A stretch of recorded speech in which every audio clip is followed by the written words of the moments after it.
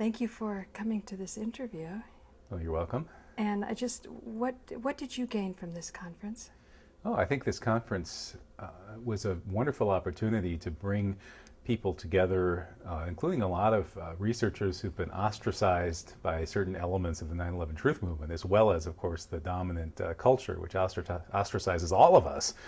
And so they all were able to present their points of view and get a friendly, respectful, if sometimes contentious hearing.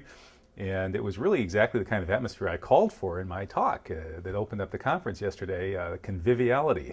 We should enjoy each other's company even if we don't agree, especially if we don't agree. Right. And it seems like it worked very well. I think there were great presentations, and a lot of people did open up their minds to the possibility that some of the controversial stuff that they had dismissed without entertaining before may actually have more basis to it than they had realized. And I think that's good. We need to keep our minds open. I loved it. I didn't know what happened when I took Morgan Reynolds out, but apparently there was a lot of liveliness. But it seemed to me when I came back, I didn't feel there was any less unity. No, Morgan is kind of a provocateur in the good sense. That is, he enjoys kind of needling people and playing with people and saying, speaking the truth in a very full frontal kind of way. And some people just can't handle that. But I like that aspect of his personality. And I think that whole discussion of the video anomalies and the question of what was going on with the plane hits or alleged plane hits on the Twin Towers, that was a productive discussion, and people left with good information that they should research themselves, come to their own conclusions. And of course, remember the key thing here is we can prove it's an inside job. It's 7 ways from Sunday, so it's not that big a deal in terms of how the illusions of hijackings, of suicide hijackings, I should say, were created. No, because I felt there was a lot of liveliness when I came back, and that people had really shifted instead of coming to a conference and you're just thinking the same old things. Mm-hmm. That's true. I think there was a fair amount of mental movement. We're subjected mental movement, that's a good word. Yeah. Well, I don't know. It sounds too much like bowel movement. And the word mental also has its odd connotations that some people would apply to this conference. Kevin, can you give I'm going to zoom in on your tag. Can you give an idea of your background? Not an idea, just whatever you want to say. I have a very long and checkered academic background. I've studied various literatures and taught them. I've taught English and French literature, African literature, Arabic literature, folklore, humanities, Islam, and various other subjects at colleges and universities in San Francisco, Paris, and here in Madison, Wisconsin. Wow. But you're not like Ward Churchill with this blowback effect, right? Well, I've been called Wisconsin's Ward Churchill. In fact, really? Yes, that was the introduction to my celebrity. I was introduced on the radio by a former conservative radio host in Milwaukee as Wisconsin's Ward Churchill, an evil man who's brainwashing your children at the University of Wisconsin. And I'm going to let him hang himself with his own words. Take it away, Kevin. And so I did, and the rest is history. Really? Yeah, that was the beginning of the whole scandal last year. Was a woman named Jessica McBride invited me on her radio show.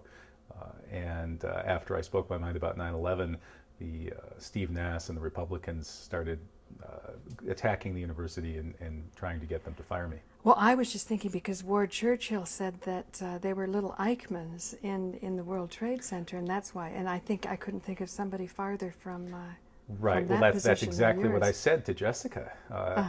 She called me Wisconsin's Ward Churchill, and I said, "Excuse me, I have some significant differences with Ward Churchill. And number one, those people that were left in the World Trade Center to die as sacrifices to this war plan that was already on the table were not little Eichmanns. They were just ordinary office workers. The rich guys like Warren Buffett were flown out to Offutt Air Force Base in Nebraska, where he met with President Bush in the immediate aftermath of the attack. So yeah, no, these were not little Eichmanns, and Ward Churchill is doing everybody a disservice by saying things like that." Did Jim Fetzer come to you and say, "Kevin, we should have this," or how involved were you in this conference? Well, Jim floated the idea to me very early on and said, "Well, what do you think? Should we try to have some kind of conference where we can hash out these issues?" And I said, yeah, of course. So that was about the extent of my participation. Was yeah, good just idea, Jim. Yeah, right. Now you go and do it. It's yeah, a big deal. And Jim deserves the credit for this. He did virtually all of the organizing himself. Right. I get little credit for publicity. I did a couple of good publicity strokes and got Jim on Air America and stuff. Now, Webster Tarpley was excited by your idea of for $250 you can invest in a roll of plastic. Can you explain that? That sounds like a great deal. Roll of plastic for $250. Right. And I can sell you a bridge if you... Now, the idea here is, of course, that these are plastic roll banners, and what they are is signage. So they're 2-foot by 3-foot signs that say "Inside Job" in very, very prominent lettering. Now, the idea here is that you can take one of these 2-foot by 3-foot signs, or you could tear off as many as you want, say 3 of them to have a 2-foot by 9-foot sign that says "Inside Job" 3 times, or you can, tear off or use a whole roll or even multiple rolls to wrap up, say, the White House. Now, why would you want to wrap up the White House in "Inside Job" signs? Well, for one thing, if they try another false flag attack, a second 9/11 or 9/11-2B, as some of us call it, we need to be prepared to respond productively. We need to think ahead, and like when you're playing chess, you have to decide, what move could you make that would counter your opponent's planned move. And well, our opponents are telegraphing their move. They're telling us that they desperately want and need another 9/11 and that it is going to happen. Israeli terror guys, the terror specialist just told us it's certain to happen within 90 days. Really? Who? I didn't hear that one. That was on Fox News. The usual Israeli terror specialist talking head on Fox News went on a few days ago and said that it's absolutely, I forget exactly what he said, but it's surefire thing, sure thing, it'll happen within 90 days. So when you add up Brzezinski, Chertoff, Cheney, that's... Oh, there's a long list, yeah. And then Rick Santorum, the former senator, the head of the Arkansas Republican Party, I think Dennis Milligan was his name, who said that, well, I think we need another 9/11, and then people will really appreciate President Bush. And Santorum said, a series of unfortunate events will happen this year, which will completely transform America's attitude toward the war. And of course, he's referring to terror events. And then the Canadian fellow said for them to stay the course they'd need. The head of the Royal Canadian Military College said that the West needs another big terror attack on the scale of 9/11 or 7/7 to firm up its resolve. So what do you think? What does your gut tell you? Well, my gut Are we making a difference? Absolutely. Because at first I was going to think, gee, I don't know if I should broadcast putting these signs because that's probably not legal. Oh, of course it's legal. To wrap up a public building, a federal building, is probably not legal. Well, right? it depends how you wrap it up. If you wrap it up in such a way that nobody can get in or out, and they want to get in and out, then of course it's illegal. But because you could just say, I'm a taxpayer, I want to wrap up my federal building that I'm paying taxes for. Right, and you could use with the White House, you'll have basically 500 feet of signage per roll. So you'll do 500 feet or whatever percentage until you get to a gate where people have to come and go, and then you can tear it off, and then you can start it again on the other side of the gate. So you can wrap up the White House without impeding people's ingress and egress. So it should be perfectly legal. There's no reason why. I don't think there's a law against it. Of course, who cares what's legal in Bush's America anyway, right? They don't care what's legal. Well, but they passed a law, right, that you can't protest the war?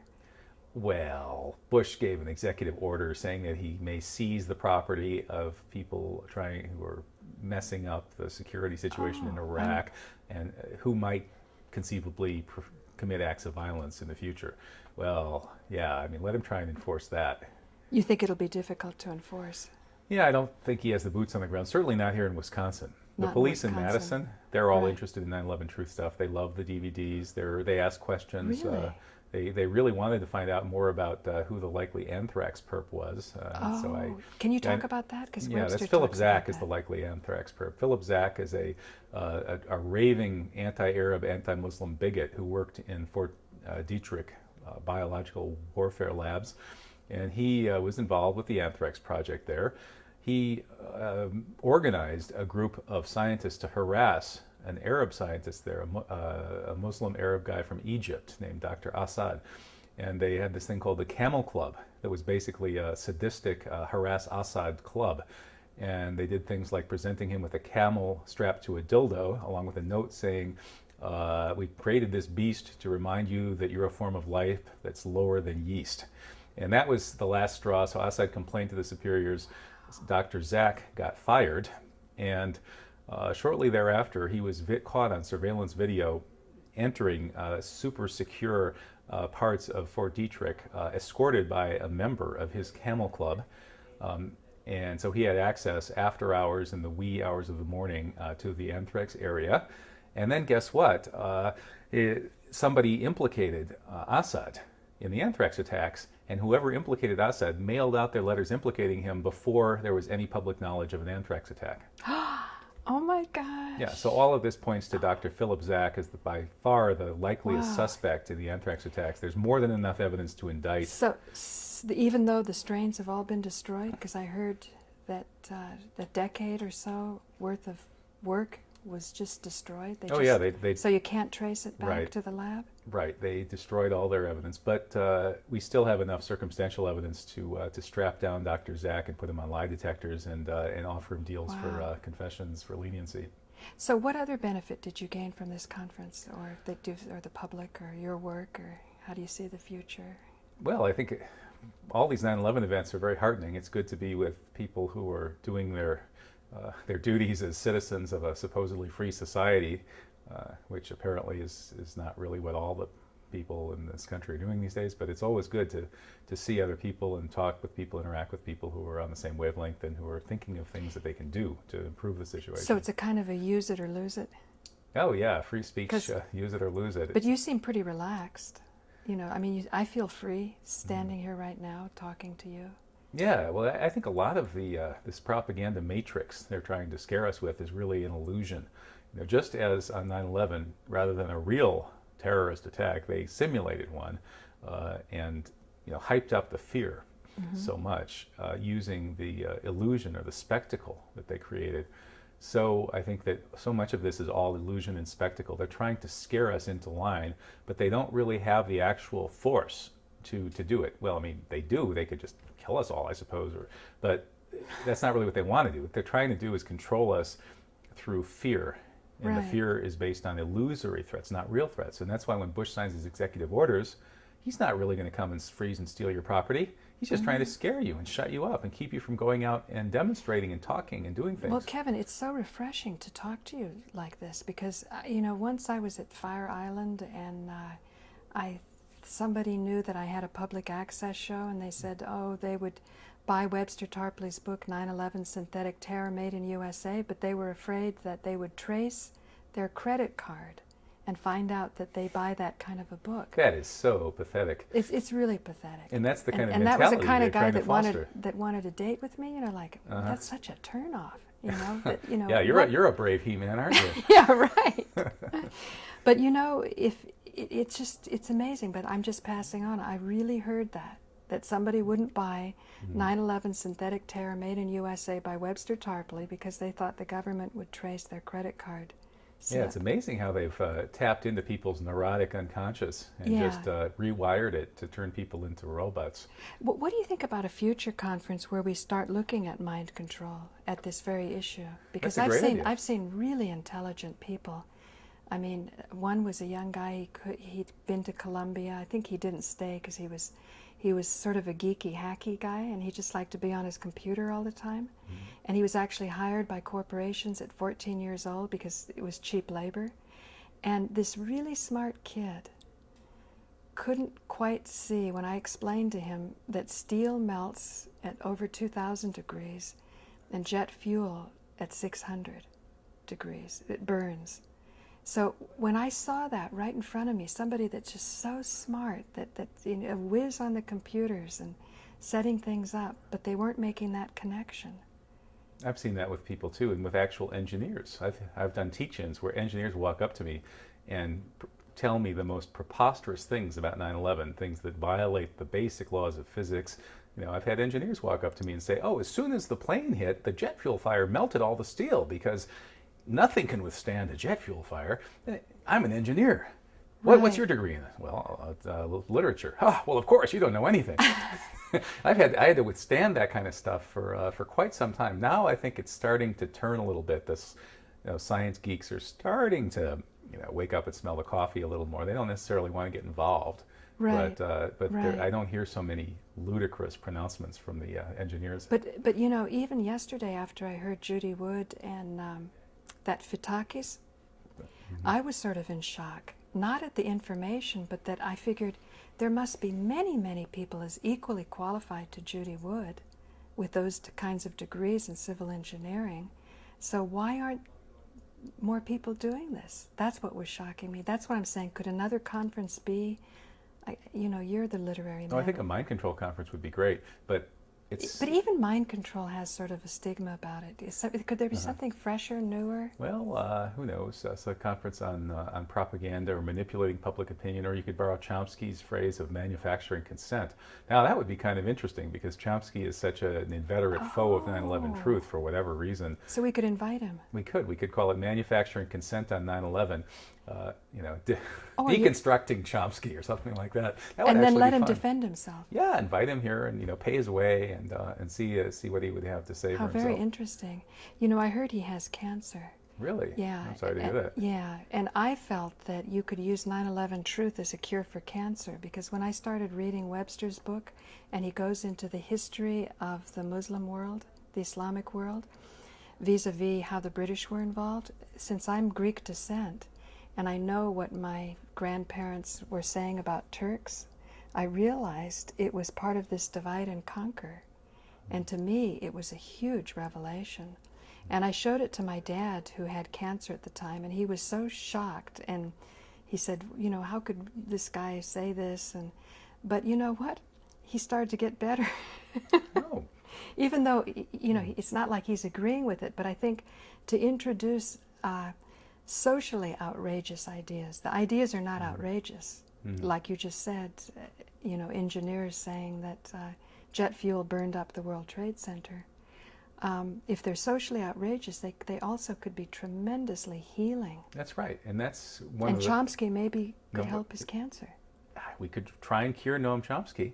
Yeah. One of the things I like about David Icke, and actually my original presentation here that I thought of like a year ago or whenever we came up with this idea was called I Like Ike, why entertaining outrageous ideas is good for you or something like that. And that was actually, I was going to say, well, I don't necessarily agree with everything that David Icke says. Right. Before I'd ever heard of David Icke, I was lampooning the idea of, Bush and Cheney are death lizards from outer space. I actually have that satirical essay in my book. What does he say? He says Bush and Cheney are... Yeah, David Icke is well known for saying that the so-called Illuminati are a bunch of shape-shifting lizards Right. from another solar system. So anyway, I'm glad you brought that up because I'm a great proponent of nonviolent communication where you use information versus labels. And when you label people and you dehumanize them, it's easy to do things you wouldn't do if you thought they were human beings. So for that reason alone, I've been very wary of that premise. Right. Well, I think it's actually, people. I think it's okay. It's a good metaphor because I think that actually some of these people may very well be quote unquote psychopaths, and I think there really are such people. And there's something reptilian about psychopaths, and so it's a good metaphor. But my point really was that Icke does have some very valuable aspects to his thought, whatever you think of some of these strange pronouncements that he makes. And one of those is that social reality is a construct, psychological reality is really a construct, at a very deep level, possibly even at a sort of quantum physics level, but certainly as psychological reality or social reality? Well, it's psychosocial reality. It's all part of a spectrum that's united. But being able to free ourselves from the imprisoning effects of this constructed psychosocial reality around us can be very, very good for us. It can be scary. People typically go through periods of problem periods as they rip themselves loose from this propaganda matrix that they're embedded in.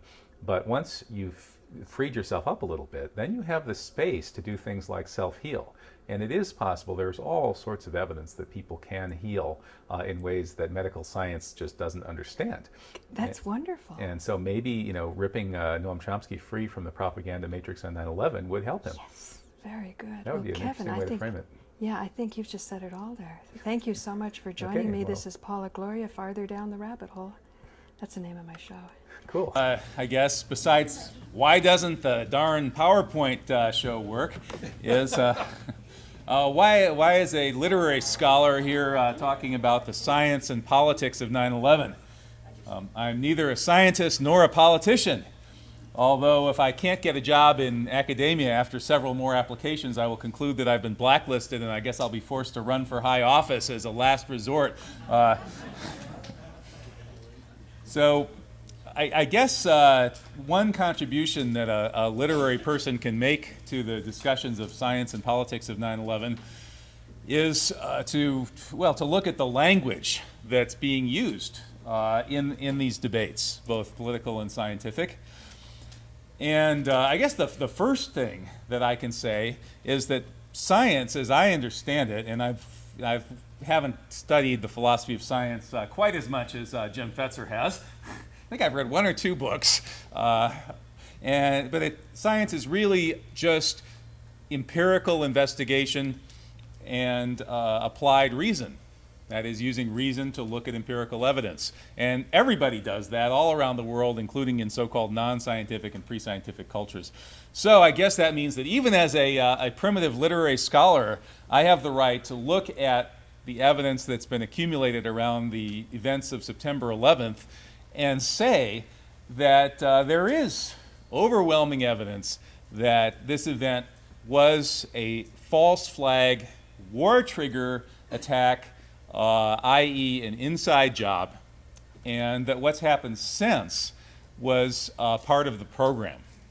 And those who argue that 9/11 in fact was used by the Bush administration because it just handily fell into their lap fail to explain how the Bush administration managed to use 9/11 before it happened. That is, they had set their Iraq war plans in stone in January 2001, according to Treasury Secretary Paula O'Neill, who said that's all they could talk about in 2001 was how to divvy up the oil fields and such, and what was going to happen after that occupation. So they were using 9/11, 2001, back in January 2001 to set up the Iraq war. They were using 9/11 in July 2001 when the order for the Afghanistan invasion was given. National Guard mobilized here, all sorts of military mobilized in our bases in the stands. That war was all set to go before 9/11. How did they use 9/11 back in July? They used 9/11 to get the Patriot Act written up, and guess what? It was all written before 9/11. How did they use 9/11 to travel back in time to work on the Patriot Act? They must have a time machine in the White House basement. And they used 9/11 to violate not just the Constitution, but also very, very clear federal law and order the National Security Administration or agency, the NSA, to illegally spy on Americans. And they started illegally spying on Americans in a big way in a secret back channel deal to the Bush administration 4 or 5 months before 9/11. And of course, the excuse for this expanded NSA spying was 9/11. So once again, they were using 9/11 before it happened. And unless they have that time machine, I think that already gives us a pretty solid understanding that indeed all of this mountain of evidence that we've seen and that we'll continue to see holds up, and that we're talking about an inside job war trigger event and not a foreign terrorist attack. So I think the science at that level is pretty clear, and even as a literary scholar I can figure that out. How about the politics? Well, the definition of politics that the Straussians use, the Straussians meaning the neocons, I guess I'll just call them neocons from now on, is it's basically the science of enmity. It's the science of dividing people into groups that hate each other and manipulating them that way. Of course, the neoconservative movement stems from the thought of Leo Strauss, a German Jewish philosopher who was the leading student of Carl Schmitt, who was the Nazi philosopher. Strauss, who fled Nazi Germany to the University of Chicago, had one big complaint about Carl Schmitt, the Nazi philosopher, and that was that Schmitt didn't go far enough. So Strauss came over here to the University of Chicago and trained a generation of key neoconservative figures. I think Paul Wolfowitz is probably the single most central one in this science of enmity. And it's a philosophy based on the big lie at every level. The philosophy that says that even philosophers, in fact, by definition, philosophers must lie.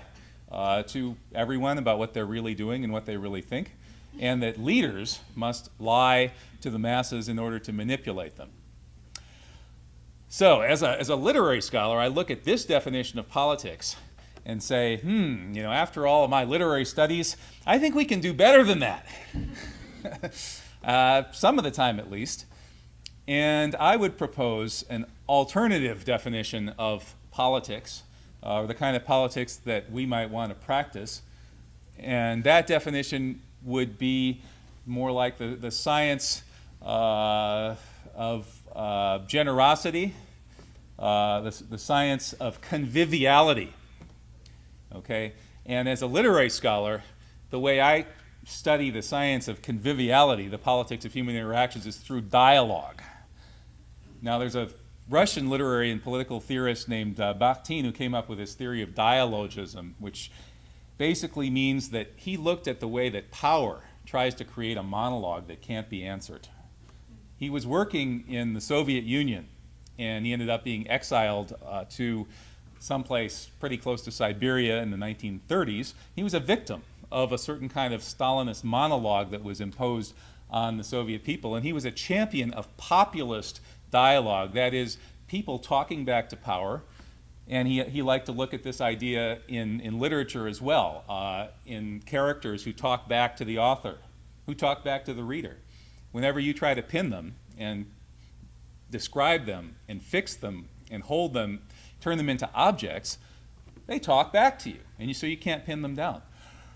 So these are the two key concepts that, as a literary scholar, I would apply to the notion of politics and how we might want to use politics in 9/11, conviviality and dialogue. Well, I think we probably could use a little more conviviality within the 9/11 truth movement. One reason for that is that we want people to join us, right? We can't storm the White House with pitchforks if we only have this number of people in this room, because as energetic as we might get with our torches and our pitchforks, the security guards there haven't quite reached the point of joining in to help us. So we need to convince more people. And how do you get people to join your group or your movement? Well, by having a good time and by reaching out to them in a convivial way. Hey, come on board. We have these great meetups on the 11th of every month. You'll have a good time. We're not a bunch of miserable paranoids hiding out in our little hovels, staring at the computer screen and screaming at each other. Oh, wait a second. Well, some of us are some of the time, but we also can get out and, like here in Madison, go down to the Union Terrace on the 11th of every month and sit around drinking beer. Haram alaik! As a Muslim, I actually don't drink the beer, but everybody else does. I just sit around enjoying the atmosphere, the heady atmosphere. So we need that kind of conviviality. We need to be having a good time. You know, one of my great heroes when I was a young anti-war person was Abbie Hoffman, and he made that point that you got to be having a good time as you sort of push the envelopes and violate the taboos and use some humor, and people will come on board when they see that you're not miserable and isolated, but you've got a group that's enjoying themselves. So that's the conviviality part. And the dialogue part, I think we need to enjoy dialogue, including dialogue with people that we don't agree with at every level. And that's why I want dialogue with people I don't agree with about everything. Not just fellow 9/11 truth people that I don't agree with about this or that research issue, but also non-9/11 truth people, and especially the real opponents. In fact, I really want to have a dialogue with Steve Nass, the man with one and too many. The man responsible for blackballing me from the University of Wisconsin. I think I'm getting to be pretty well blackballed and blacklisted here because last year I was turned down for a tenure track job at the University of Wisconsin Whitewater. I've been told by the Dean of Humanities at Whitewater and by people at the university who dealt with all three of us finalists that I was by far the most qualified of the three finalists. The other two were good too. But then, after I had a great interview and everything, and the other two finalists both decided to go elsewhere, I was left as the only candidate. So rather than hire me, they chose to leave the position unfilled, and so no Arabic was taught to any students at Whitewater last year, all because of my politics. So that's pretty good qualifications, and I've applied for a couple of other jobs here too, and I I didn't get one, and we'll see what happens with the next ones. But I'm starting to feel like I am being blacklisted. Well, I still want dialogue with Steve Nass, the guy behind all that. In fact, especially because of this, I enjoy the dialogue I have with him through the media, or at least until he stopped doing it. and I want people like him, and I want people like Bill O'Reilly and people like Sean Hannity and anybody who wants to try to defend the official story. I want dialogue with them. I want them to come on my radio show and have a discussion. You know, I'll even invite them over for dinner. So the idea that dialogue is good, finding another point of view, an other with a capital O that's good, that you want to invite on board and see what you can learn from that other with a capital O, this is a key, I think, to the kind of politics that we need to practice. And that's what this conference was really supposed to be about. We found that there were some people in the 9/11 Truth Movement who were getting blackballed by these internet lynch mobs, and people were getting so upset about these research issues that they just, hated the people who thought differently than they did about some particular research issue. And so we thought, well, this conference would be a good opportunity for people to come together and see about whether they could have a civil and enjoyable dialogue. And I think we got a fairly broad spectrum of points of view here. It would have been nice if we could get even more. I became sort of I thought I was going to be the appointed supporter of the value of the research of Stephen Jones, but it looks like Barbara's already stolen my thunder. So I'll just say that I agree with that perspective. I think that I did spend this last week looking at some of the critiques of Stephen Jones' research, and I think that while they make some good points, a couple of them have tended to be exaggerated, and as a literary scholar, the language of some of these critiques has not always been convivial.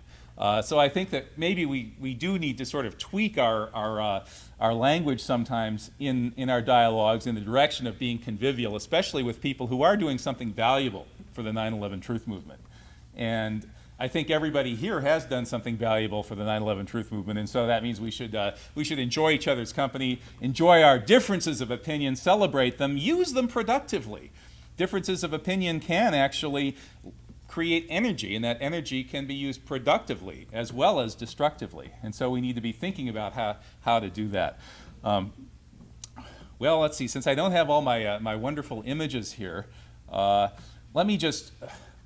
How much time am I supposed to be taking here, Jim? You can take 10 or 15. 10 or 15 more minutes. Okay, well, I'll see if I can plug in this idea then to the book that I think provided a recipe for 9/11. And this book is called Coup d'etat, a Practical Handbook. And it's